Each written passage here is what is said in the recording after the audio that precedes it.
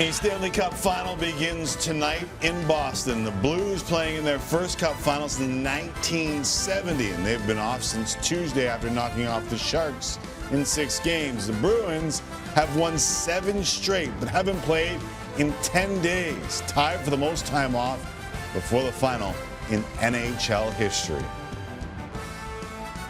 That's part of the playoffs. You don't control really anything except your mindset and you know, how you prepare and things like that. We try to stay in shape, but might be a little bit of rust getting into it, but that's part of it, and got to play through it and find a way to have a good game. Starting with January 1st, I think we've been one of the better teams in the league. We've put a lot of time and effort into getting to that point. We've played some really good hockey. You're here for a reason. The best teams are here, and it's a long road to get here, so you earn the right to be here.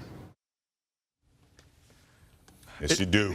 It feels like it's been a really long wait on this one, McCallum. Because it has. I mean, look, I understand you got to get set for the final, and as Tim said earlier in the show, sponsorships, arena avails, they all matter. Damn it, I'm happy tonight is here. Yes. Game 1 of the Stanley Cup Final live on the CBC and Sportsnet.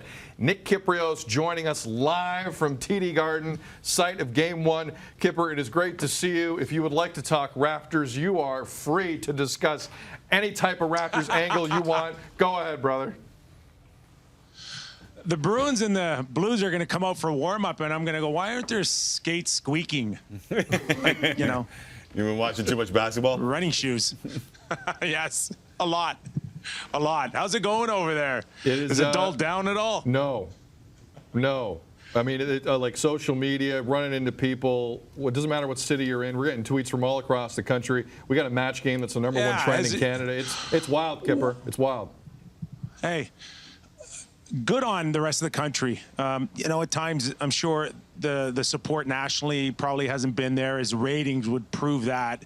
But I think this has more to do with how long, as a country, we've waited for a major championship. And you go back to the Montreal Canadiens and the Blue Jays. But outside of that, the country hasn't really had a whole lot to cheer for, at least from an international perspective. And basketball and hockey can bring that flavor. Good on the CFL for sure, year after year, providing great entertainment with the oldest league in North America. But we know between the Stanley Cup and what now over 20 years for the Raptors, the country's starving for something to cheer for. Yeah, without a doubt, and a lot of people jumping on board the bandwagon. And I think a lot of people who were there the entire time, and listen, I cover university sports in this country, including basketball. There are a lot of people coast to coast who are hardcore fans of this game, who are enjoying every minute of it. The hardcore fans of hockey, Nick, are looking at this final and saying, it's so funny that we talked about the skill in the game and all these little guys making impacts. Peter DeBoer said these are the 2 heaviest teams in the NHL, and they are playing now for the title.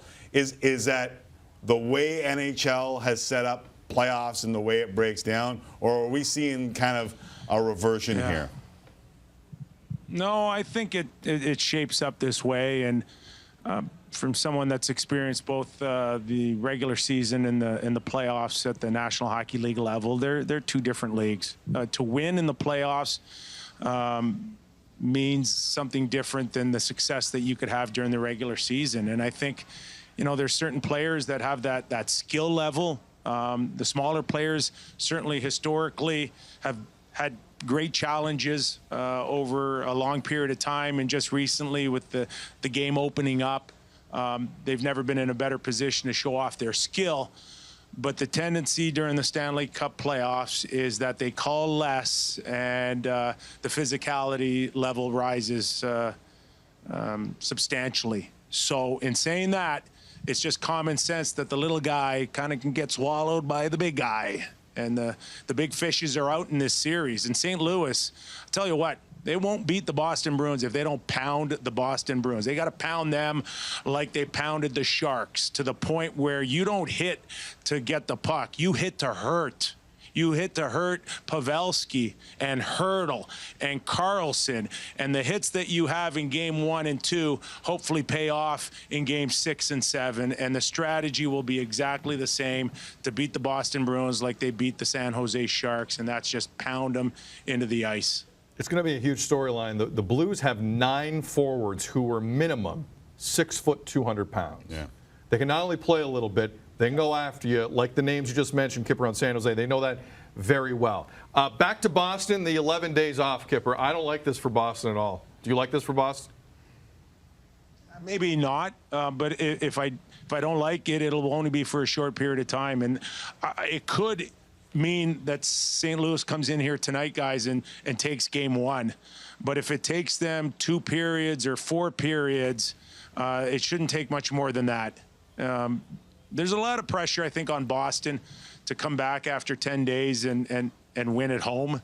So maybe St. Louis can kind of pounce on that early, but it won't derail them enough where you can look back and say they lost this series because they were off for 10 days. I don't buy that for one second here. If it takes them a while, so be it. If they drop game 1, so be it. That shouldn't be the reason why you lose to the St. Louis Blues.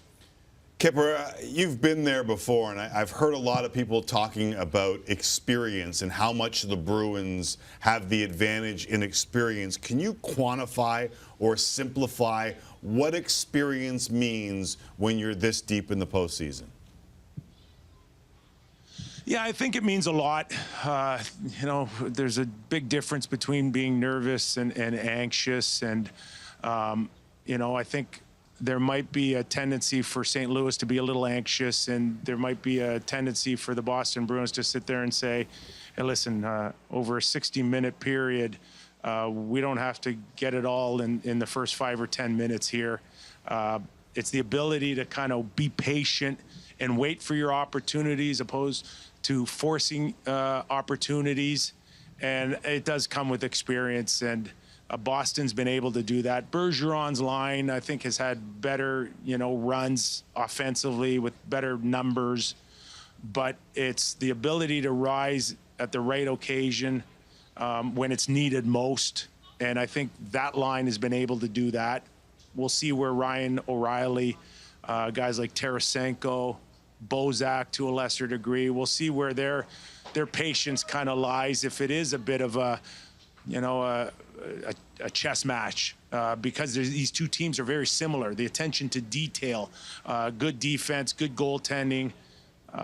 Is it going to be a power play series? We give the advantage to the Boston Bruins, but if it's not, then you're going to have to wait it out sometimes and wait for your opportunities, and that's where I think Bergeron, particularly him and Marchand, might have the upper hand, where a guy like Tarasenko might get a little agitated if he doesn't get some good looks early.